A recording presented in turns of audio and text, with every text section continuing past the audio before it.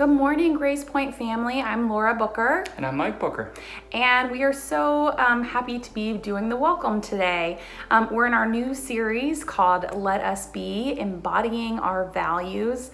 And we just want to say thank you all for joining from your home this morning, especially a shout out to those who might be tuning in from out of the US or from outside of Nashville or from outside of Tennessee, and all of you who are in Nashville like us.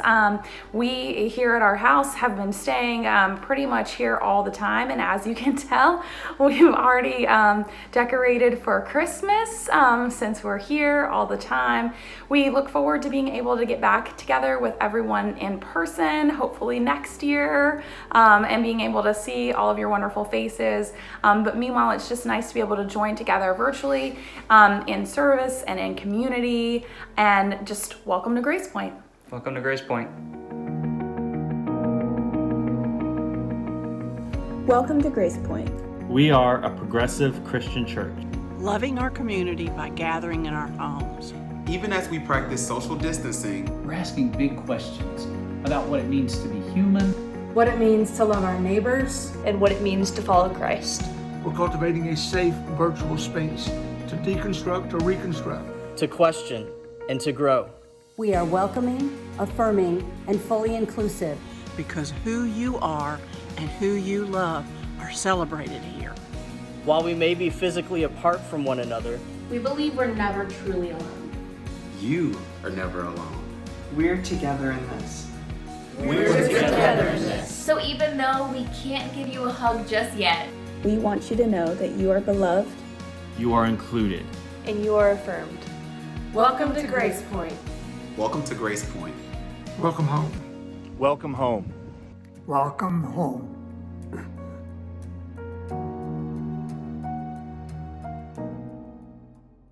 Today we light the first candle of Advent. which is the hope candle. Advent is a season of waiting, reflection, and preparation. Advent begins by calling us to be people of hope, people of conviction, faith, and light. May we open ourselves to the possibility of hope, and may we readily participate in the inbreaking of God's light in this world. Amen.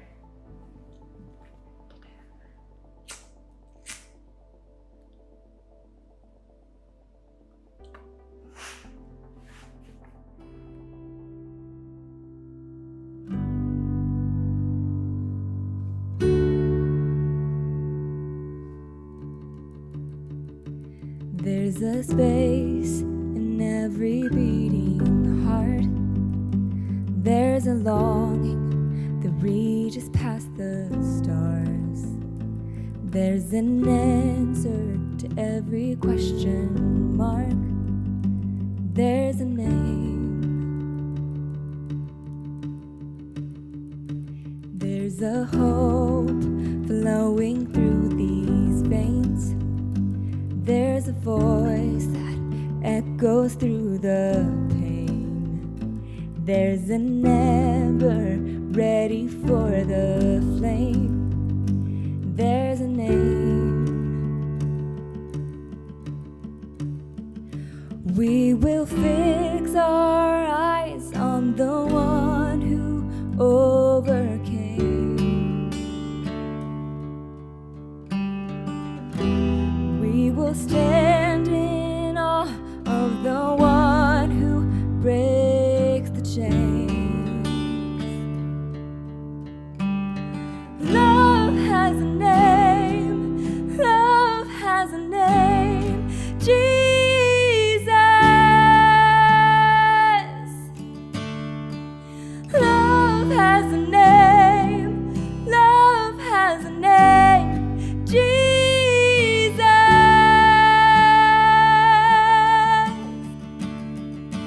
There's a joy that triumphs over fear. There's a laughter that wipes away all tears.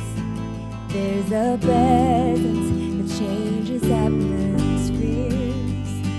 There's a name. We will fix our eyes on the one who overcame.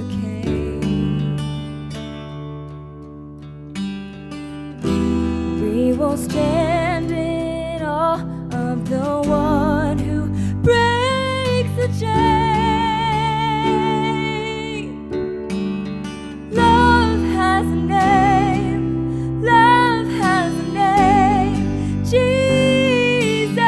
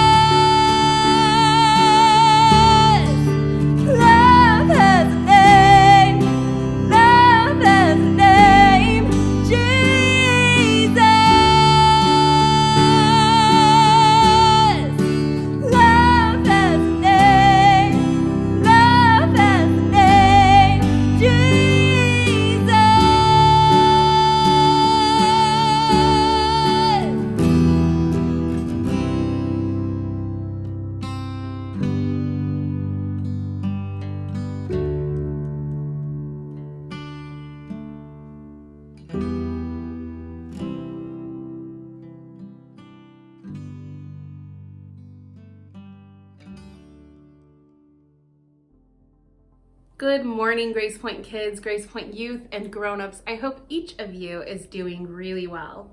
I encourage you to spend time connecting with your GP community this week. GP kids, grown-ups, your next opportunity for community connection is this Thursday at 8 p.m. on Zoom. For gathering info, check out gracepoint.net/calendar. Grace Point kids, you hang out with your GPK pals every Saturday at 10 a.m. on Zoom. For hangout information, check out at Grace Point Kids TN on Instagram. Grace Point Youth, you connect every Friday at 6:30 p.m. and every Sunday morning at 10:45 a.m. on Discord. This is where you connect throughout the week. For a Discord invite code, check out our Instagram at Grace Point Youth TN. Today is the first day of Advent. Over the next 4 weeks, our families will reflect on the themes of hope, peace, joy, and love as we await the arrival of Christmas. One of the beautiful things about Grace Point is that we embrace and celebrate the uniqueness of each family's spiritual journey and practices. Because of that, last Sunday, we shared not one, but 5 of the wonderfully curated SALT Project Advent resources with our GPYK communities. The intention is not that you use all 5, but that you find one that fits your family best. The 5 SALT Project Advent resources, an Advent calendar, a handful of fun and meaningful holiday crafts, as well as a Bitmoji classroom filled with Christmas books, was emailed out this morning. If you did not receive that email, but you would like to, email me at lisa@gracepoint.net. All right, peace out, big air hugs, and so much love to each and every one of you. And happy holidays. All right, we're back. So make sure and join us each week at 10:30 on YouTube. We hang out as a community and chat before service and during and after. So it's a great time just to be able to actually have a community while we can't meet together. Also, make sure to join every Wednesday at 6:30 for Reconstruct. I hear great things about kind of what is talked about and all the great things that are happening each Wednesday. And during this time, we'd also just want to make sure that we're thinking about and supporting our church community and the folks that help us run this each week. So totally understand that everybody has their own thing and it's a tough time, but we want to make sure during this week especially, we make sure we're thankful and that we support the things that we can. So make sure there are 2 different ways that you can do that, either by texting Grace Point with an E to 77977 or going to the Grace Point website at gracepoint.net/give. One last announcement. If you have not signed up to receive the weekly Grace Point email communication, you can do that through gracepoint.net. Is that a / or a backslash? / subscribe. We're giving you a tour of our Christmas decorations throughout these videos as well, so stay tuned for one more. Love ya.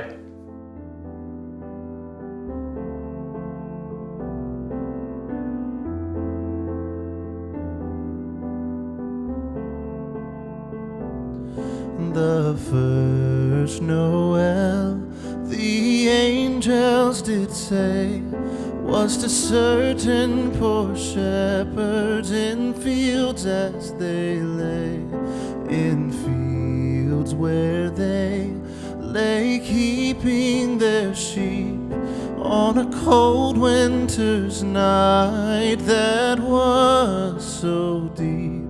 Noel, Noel, Noel, Noel,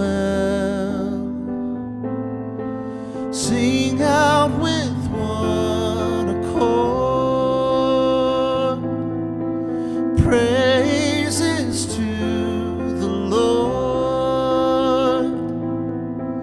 Oh, come let us adore. Noel, Noel,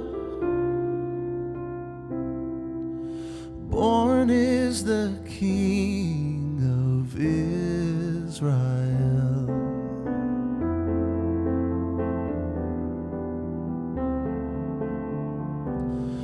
They all looked up and and saw a star shining in the east beyond them far, and to the earth it gave a great light, and so it continued both day and night. Noel, Noel,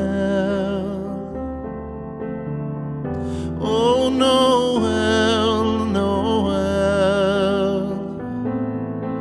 sing out with one accord, praises to the Lord. Oh, come let us adore.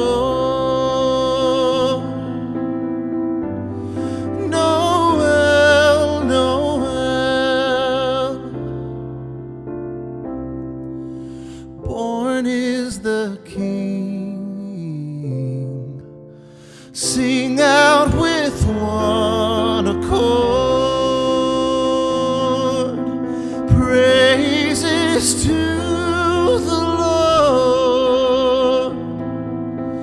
Go and tell everyone Jesus Christ has come. Noel, Noel, Noel,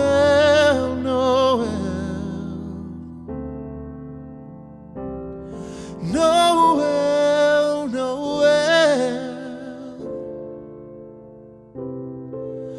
born is the King of Israel. Born is the King of Israel.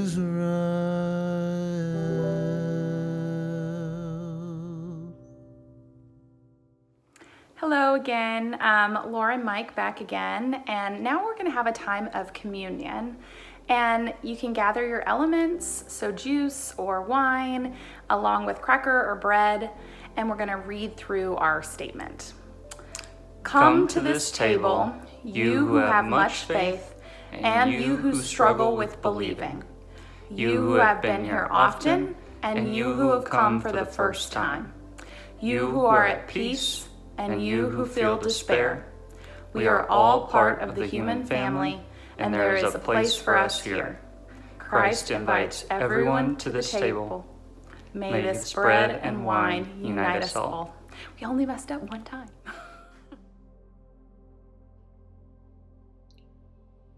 Good morning, Grace Point. It is so good to see you today, especially if you're here joining us for the very first time. Wherever you are in the world, we are so thrilled that you're here today.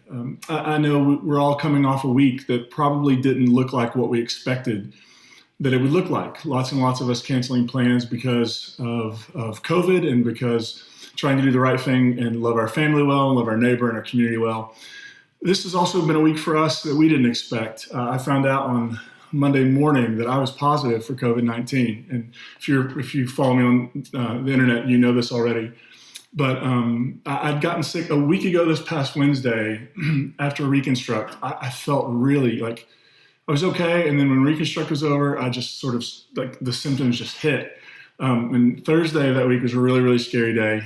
I didn't know what was going on. I had some other stuff. I had a staph infection that I was dealing with too that we thought was kind of causing the problem. It turns out it was that kind of a combination of that and COVID.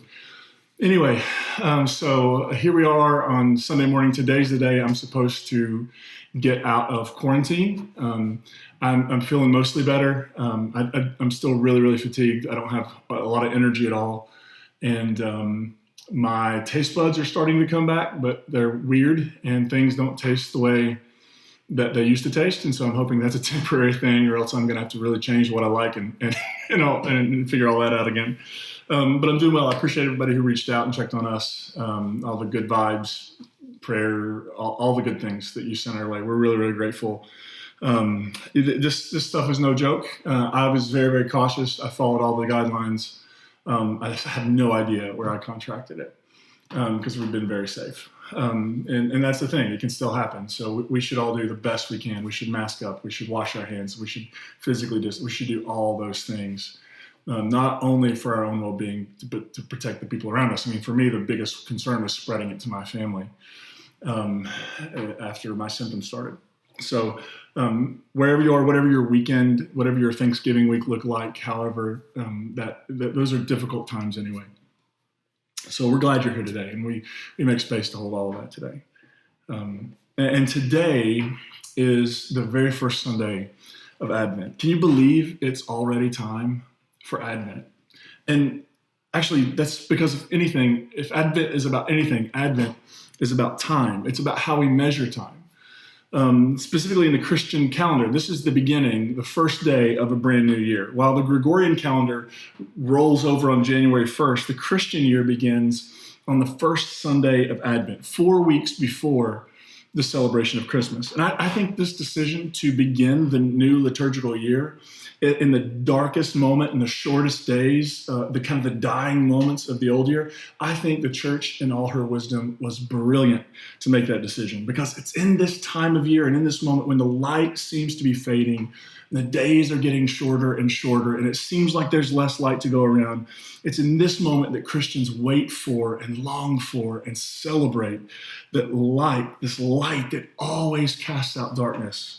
As the writer of John's Gospel put it, the light shines in darkness, and the darkness doesn't extinguish the light. So in Advent's about time. It's about rebooting a new year. But it's also about time in this sense. We have this tendency to stay in rapid movement, going from thing to thing to thing to thing without any kind of resolution between them. We go from this moment and this conversation and this thing that happened and this traumatic news story, and all of this stuff is happening at once. And we're just sort of ping-pong our way around. Our moments bleed together without being processed, the joys and the trauma. We don't process them. They sort of melt together in a way that doesn't allow us to fully feel them or to be fully present to them. This is evident to me every time I go to a store during any kind of holiday time. Have you ever noticed the way that stores blend their holiday aisles from season to season, not allowing one to end or even begin before the other is sort of ushered in? So in late September, and I took a picture to show you. In late September, I walked into a Target that I was unfamiliar with, which is always exciting because I love Target. And an unfamiliar Target is like, finding something new you didn't know existed. And I was walking around looking for a specific thing. The store was different than I'm used to. And I turned the corner and I was confronted with this image of Halloween. This is September, of Halloween in one aisle. And directly next to it, across from it, was Christmas in another aisle. And it was almost like Christmas and Halloween were vying for cultural holiday dominance in September, right? Just post Labor Day. It's in this moment that these two holidays are sort of going neck and neck for our attention, our affection, and our money. And this will happen too. If you go to a store on December 26th, what you will find is suddenly the Christmas stuff 75% off, and then you'll find the Valentine's Day stuff being brought out, so that we have now a month and a half, 2 months to prepare. And as soon as Valentine's Day is rolling by, then Easter is going. You're going to have Cadbury eggs and chocolate bunnies everywhere. Right? That's sort of what we do. We move from one thing to the next that all bleeds and blurs together. And Advent offers us an alternative to this bleeding and blurring. Advent invites us to wait. I know I don't like waiting. Anybody who knows me knows that I don't like waiting. We have a new mail carrier, and the schedule's a little off, and I don't know exactly when the mail's going to come, and I get really excited about mail. It's one of those weird things. Even if nothing could show up, just like junk mail, I'm all about it. And so waiting, I don't like to wait for the mail. I'm not a good waiter. As a matter of fact, suspense kills me. If we're watching a movie and it's really suspenseful and I can't really kind of discern where it's going to go, I'll look up the plot. If I'm reading a book, I'll just jump a few chapters ahead to see, take a peek. I actually watched the last episode of Breaking Bad first and then decided to go back and watch the rest of the show, just so I could know where things were headed. My inability or unwillingness to slow down and to sit in the moment, to wait, to prepare, it all ultimately robs us of the present. And that's where Advent comes in, and that's where Advent is brilliant. And it comes to us first with the gift of hope. It insists that all of this stuff, this jumbled mess of reality that's going on around us, that's what it feels like sometimes, that all of it, no matter how it seems or appears, that it's actually going somewhere good. Even if the journey seems and is really, really uncertain. So before we jump into exploring Advent in kind of the context of hope, just sort of a thing I want to say on the front end as we talk about Christmas stories over the next several weeks. There isn't a Christmas story. I know what you're thinking. Yes, there is. It's in the Bible. I've seen the play. I know the thing, right? There actually isn't a singular Christmas story. There are two Christmas stories. They show up in Matthew and in Luke. Matthew was likely the second gospel written. Luke was likely the third gospel written. And so in the 8th, 9th decades, maybe 10th decade, something like that, that's when they emerge, right? So the first gospel, Mark, doesn't have a Christmas story. The last gospel, John, doesn't have a Christmas story. And the way we tend to approach these two different stories is we combine them into kind of a Frankenstein's monster of a Christmas story. I know that's sort of an ugly metaphor, but like it's what we do. Like we take the bits and pieces that are familiar and we just sort of bring them all together, which in the end, what it serves to do is silences the unique claims of each author, because each author tells the story the way they tell it to make some unique claims that are unique to their story about who they think this baby being born in Bethlehem really is. So these two Christmas stories are just different. They're just different. They are. Matthew centers on Joseph and involves the arrival after a couple of years of the Magi. Luke, the most familiar probably to us, if you grew up watching the Charlie Brown Christmas special and Linus comes out and the lights go dim and he recites Luke chapter 2. That's my favorite Christmas story, and that's the one we're probably most familiar with. Luke centers his story on Mary, and there's a birth in the stable. There's no guest room at the inn, and the shepherds show up, and the angels appear to the shepherd. Like, it's just two different stories. And what I hope we can do is allow those two stories to just be what they are without any need to say, well, this and this and this, we can reconcile it all. The point isn't to reconcile it. Our spiritual ancestors who decided on what went where in the Bible didn't try to reconcile it. They just left the tension there. Like, these are two different stories making different claims, and we're free to embrace them both if we're willing to do so. So I want to look today at a text in Matthew chapter 1. I want to look at Matthew's sort of the birth narrative. And it begins in verse 18. This is how the birth of Jesus Christ took place. When Mary, his mother, was engaged to Joseph, before they were married, she became pregnant by the Holy Spirit. Now, for people in the ancient world, this really wouldn't be, for us, it's this sort of like, because we bring all of this knowledge of biology and how babies are made and come into the world. We bring all of this. This is not a problem for people in the ancient world. And actually, there were lots and lots of people in the ancient world who were born out of a union of some sort of divine figure and a human being, right? That was pretty common. I mean, Caesar Augustus was claimed to be born out of a union like that. You had people like Hercules. You had all sorts of these figures from great wars and battles like at Troy. A lot of these figures, Alexander the Great, all of these figures sort of had this retconned divine somehow involvement in their birth. So for us, we're like, whoa, that's not how babies are born. But in the ancient world, it was like, oh yeah, this is a pretty common motif. This is a pretty common thing for us to talk about. Joseph, her husband, was a just man. Because he didn't want to humiliate her, he decided to call off their engagement quietly. As he was thinking about this, an angel from the Lord appeared to him in a dream and said, Joseph, son of David, don't be afraid to take Mary as your wife, because the child she carries was conceived by the Holy Spirit. She will give birth to a son, and you will call him Jesus, because he will save his people from their sins. Now, all of this took place so that what the Lord had spoken through the prophet would be fulfilled.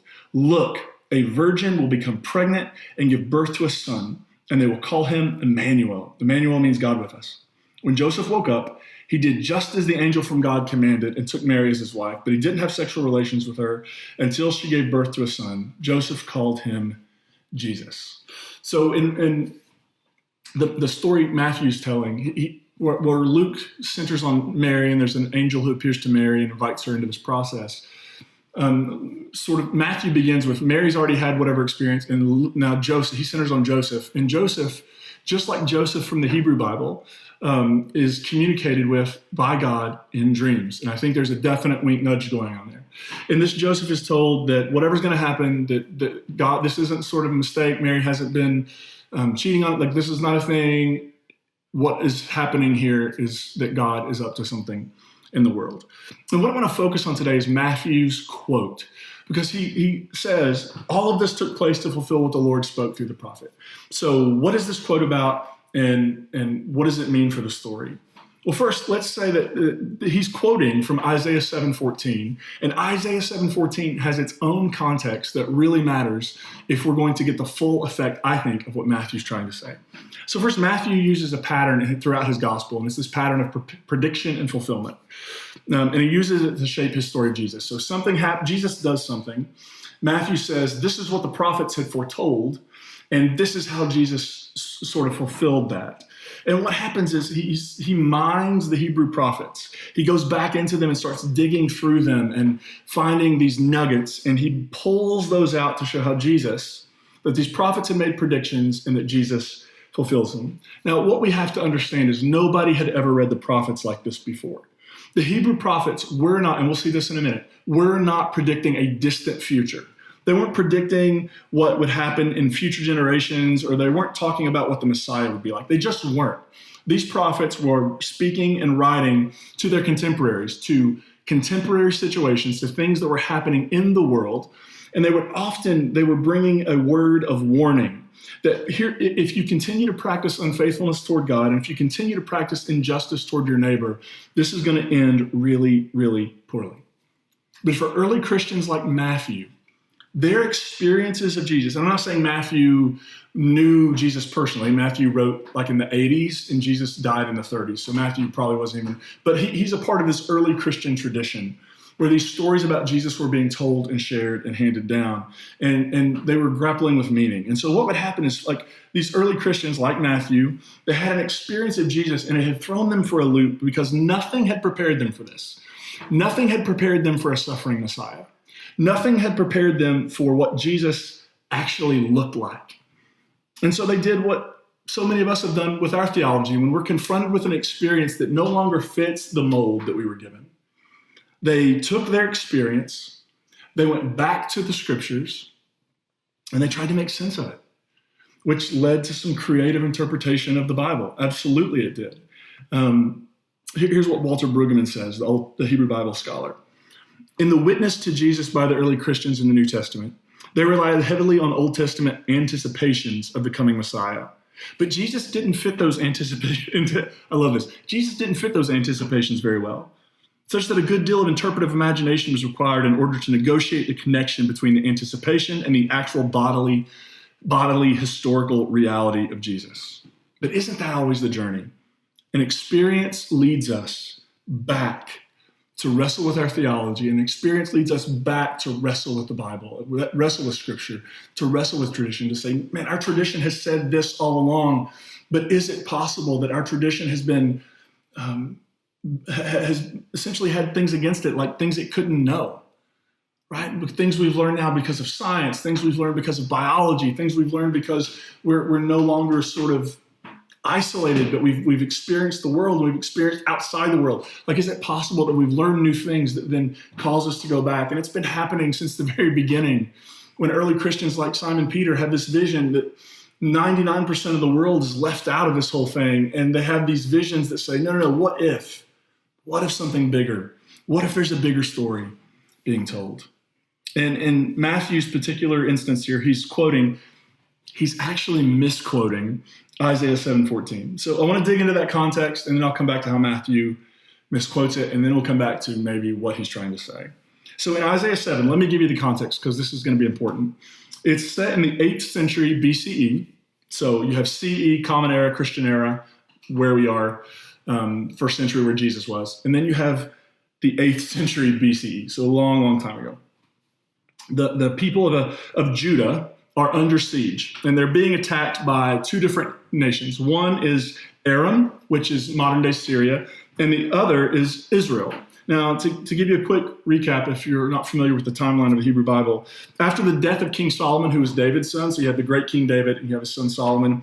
After David's son Solomon died, there's a civil war because Solomon's policies had been brutal and harsh, and the people asked for to have that alleviated, and Solomon's son refused, and so there was a civil war. The result was that the United Kingdom of David, the kingdom of Israel, was divided into two. 10 tribes to the north called Israel and 2 to the south called Judah. That's where Jerusalem was located. So in this story, the northern kingdom of Israel and Aram, Syria, have allied themselves against Judah because they're trying to deal with a growing threat. There's a growing threat called the Assyrian Empire, which would eventually wipe out the northern kingdom of Israel in 722 BC. So there's this real growing threat of this new world empire that's coming onto the scene.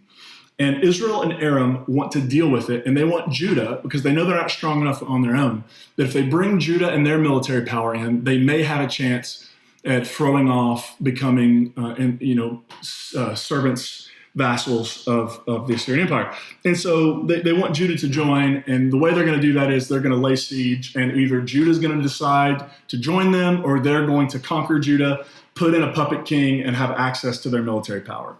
So the Assyrian Empire is the empire, the domination system du jour. And their approach, the king in reference in Judah was a guy named Ahaz. And so he knows he's in trouble. And there's this line in Isaiah 7:2 that describes sort of the moment when they find out this siege is happening. When the house of David, Judah, when the house of David was told that Aram had become allies with Ephraim, Israel, their hearts and the hearts of their people shook as the trees of a forest shake when there is a wind. They don't have a ton of confidence here. And to make matters worse, Ahaz is a 20-year-old who has just newly minted on the throne of Judah, and he does what lots of us would do, and he panics. And he wants to appeal to the Assyrians to come help him. So Israel and Aram are trying to force him to fight Assyria. He wants to ask Assyria to come help him fight them.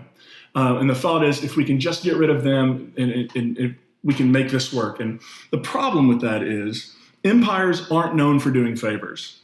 And so if Assyria shows up, and now Judah is on their radar, it's not going to be on their radar and just kind of exist over here. They're going to put their hooks into it, and they're going to sort of bring it into the fold, and they're going to lose their independence and their freedom. So the prophet Isaiah tries to persuade Ahaz and warn him to not follow this disastrous plan, that if he appeals to Assyria, it's going to go wrong. And instead, God has a message that through this prophet Isaiah, that the siege will fail, that Judah will not fall to Israel and Aram. Everything's going to be okay. Don't panic. And so this is the context that Matthew borrows from. And here's the text. Again, the Lord spoke to Ahaz. Ask a sign from the Lord your God. Make it as deep as the grave or as high as heaven, right?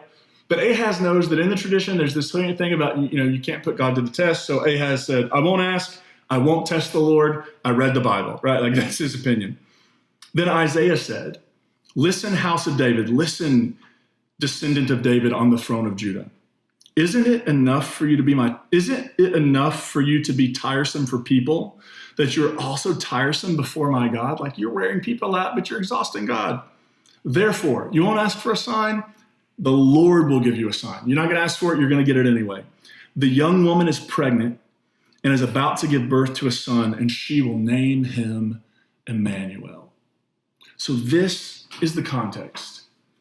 A country under siege, a king afraid, a people afraid, wondering if they should reach out to this very dangerous growing empire and invite them in, which will completely destroy everything in the long run. And Isaiah says, don't do it. Look. God will give you a sign even if you don't ask. The young woman is pregnant with a baby. Now in context, Isaiah 7:14 isn't predicting a birth that would come 750 to 800 years later. Would you agree? Like he's not saying, Ahaz, here's the sign. In 800 years, there's going to be a baby. How in the world would that be a sign for Ahaz? He wouldn't be alive to see it. All right, whatever this sign is about, it's about something that Ahaz would get and understand. And there's another interesting note. So I said Matthew mistranslates this. Matthew actually doesn't quote from the Hebrew Bible because Hebrew was a dead language then. Matthew quotes from something called the Septuagint, which is a Greek translation of the Hebrew Bible. And when the Hebrew language was being translated into Greek, they had to make some changes, and words don't always translate evenly. And so notice what Matthew says, the way Matthew actually misquotes the Septuagint, but we could spend all day on that. Now all of this took place so that what the Lord had spoken through the prophet would be fulfilled. Look, a virgin will become pregnant and give birth to a son, and they will call him Emmanuel. Now notice Isaiah's version. Therefore the Lord will give you a sign. The young woman is pregnant and is about to give birth to a son, and you'll name him Emmanuel. Did you catch the difference? Isaiah says a young woman, and the phrase is Alma in Hebrew, and it means a young woman, is pregnant, present tense. She is pregnant and is about to give birth to a baby, and that baby will be Emmanuel, God with us. Matthew says the virgin, which is the Greek parthenos, which can mean virgin, but also can mean young woman. He says the virgin will become pregnant in the future tense. So if we could just pause for a minute, put the whole Jesus Christmas story out of our minds for a moment, and just ask the question, how would a young woman being pregnant provide King Ahaz with a sign that everything's going to be okay, that his kingdom would continue? Well, if this young woman happened to be his wife, which scholars believe to be the case, then this is not just any young woman pregnant, and this is not just any pregnancy, this is not just any baby. This pregnancy is a sign of hope because the next generation is being born. The person who will succeed Ahaz on the throne, his son who will come to know as Hezekiah, is about to be born. And what Isaiah is saying is, look, you're worried about being wiped out, but there's a baby coming. She's pregnant. She's going to give birth at any moment. And when that baby comes, what that means is that this is going to keep going. That you can know that future generations of your ancestors, of your descendants, are going to sit on David's throne just as you are. The next generation, you can be hopeful they're about to take the stage. Don't we feel this same hope when we see future generations now begin to step up, begin to speak out, begin to use their voices? The older I get, the more that this enlivens and just encourages me. When high schoolers begin advocating for gun reform, when teenagers begin advocating for action on climate change when adults have failed to, it fills me with such a sense of hope because they possess a moral courage that our current leaders do not, and that so many of us have not. They possess a courage that they're willing to make hard decisions. They're willing to make sacrifices. They're willing to change the way they live, spend, shop. They're willing to change everything to build a more just and equitable world. And I have to tell you, watching my own 10-year-old son find his voice as a young Black man, seeing him develop a passion that insists that his life and that all Black lives matter, fills me with hope that he will live and raise his family in a better, more equitable world than this one. That even if we don't, as Dr. King said, we may not live to see that world, but the seeds are being planted even now. And as we look at those seeds being planted, it can give us hope. And Isaiah was saying to Ahaz, look, the family business is going to continue. Your son, Hezekiah, who we'll find out next week, incidentally, was a much, much, much better king than his father, is going to be born. So let's go back to Matthew. Why would Matthew quote this story? What would he be trying to say to his audience? What would he be trying to say to us about Jesus? So let's pivot back. Why would he use this text knowing it was written 750, 800 years ago about a different situation? Why? Why would he even kind of change some of the language around to fit his own thing or to fit his own agenda? I think because he wanted to offer Jesus as a similar sign, a sign that no matter how bleak and despairing and painful the situations were, that they weren't hopeless. See, Matthew is writing a decade or so after Jerusalem had been destroyed by the Romans. He writes from the rubble. He writes as the world for the first followers of Jesus. So the first followers of Jesus weren't Christians, they were Jewish. And so for Jewish people in the first century, when 70 CE happened and the Romans destroyed Jerusalem, razed the temple, it altered their lives in a way like In some ways, even invoking 9/11 doesn't even begin. I mean, 9/11 has changed everything for us, right? It changed the way we travel. It's changed the way we feel, safety. It's changed everything. This would have been infinitely more so. And so he's writing, and he's writing because people chose violence as their method of choice to get rid of Roman occupation. And yet Jesus had offered another path that was rejected, the path of nonviolence, the path of compassion, the path of peace. And it's almost like if Matthew is saying, look, it's not too late. The Christ is being born. Nothing is impossible. Nothing is hopeless. As bad as things seem, this Christ is still being born. This Christ is still Emmanuel, God with us. I believe Christmas can still change the world because the world needs this kind of hope, especially right now. As we languish in a pandemic that has already taken 260,000 plus people, on top of the divisions and fractures and relationships in our communities right here in the U.S., as we live through the fallout of an election that some people still are not recognizing is over, as we fight to eradicate systemic racism and white supremacy that still oppress our country, that still plague our country and oppress our fellow citizens, as we think about the economic toll that all of this has taken on human beings who are trying to feed their families, especially in this season of the year when expenses aren't going down, they're skyrocketing. We need hope.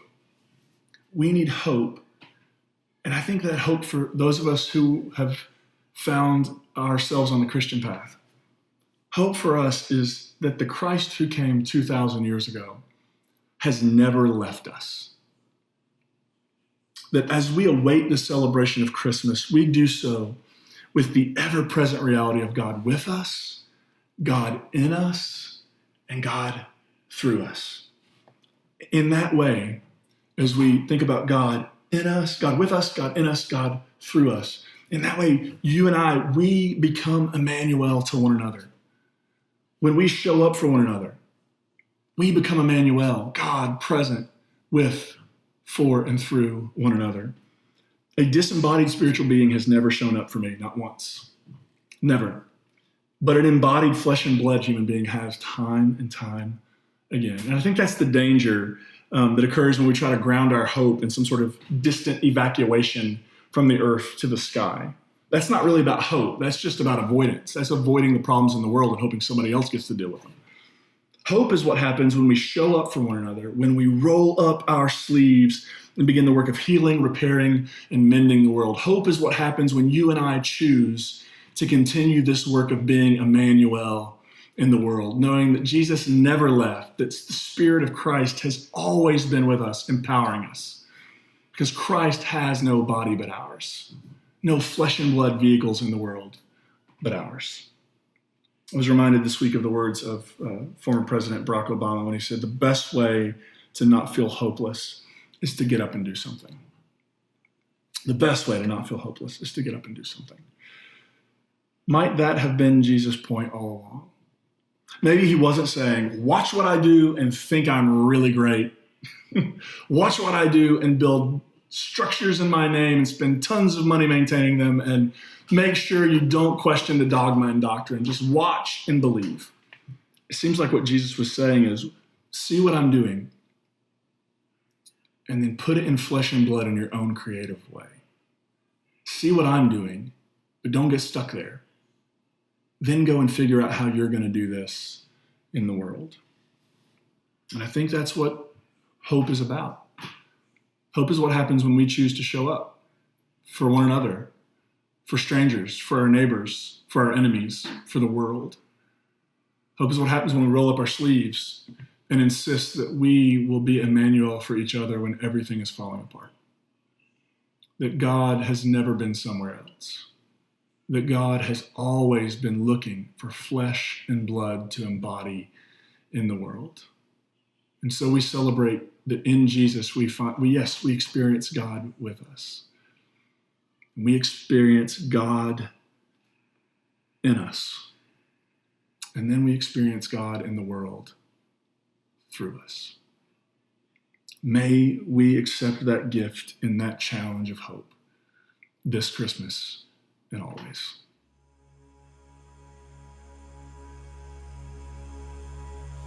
Hear the angels sing, there's hope for everyone, to announce our King. There's hope for everyone, what good news they bring. There's hope for everyone, angels sing, there's hope for everyone. They came from afar, there's hope for everyone. Wise men saw the star, there's hope for everyone. Shepherds heard the choir, there's hope for everyone. From afar, there's hope for everyone. We are waiting on the promise, for the one who lights the darkness, coming here to be among us. Bring your glory in the highest, Jesus. Come, let us adore. There's hope for everyone on the manger floor. There's hope for everyone. What are you waiting for? There's hope for everyone. Come adore. There's hope for everyone. We are waiting on the promise, for the one who lights the darkness, coming here to be among us. Bring your glory in the highest, Jesus. Come then on the clouds, there's hope for everyone. Hear the trumpet sound, there's hope for everyone. All of heaven shouts, there's hope for everyone. On the clouds, there's hope for everyone. We are waiting on the promise, Jesus, for the one who lights the darkness, Jesus, coming here to be among us, Jesus. Bring your glory in the highest, Jesus. We are waiting on the promise, for the one who lights the darkness, for the one who lights the darkness, Jesus. You came coming here to be among us, to bring your glory, bring your glory in the highest, Jesus. All of heaven shouts, there's hope for everyone. Heaven shouts, there's hope for everyone. Oh, heaven shouts, there's hope for everyone. Heaven shouts, there's hope for everyone.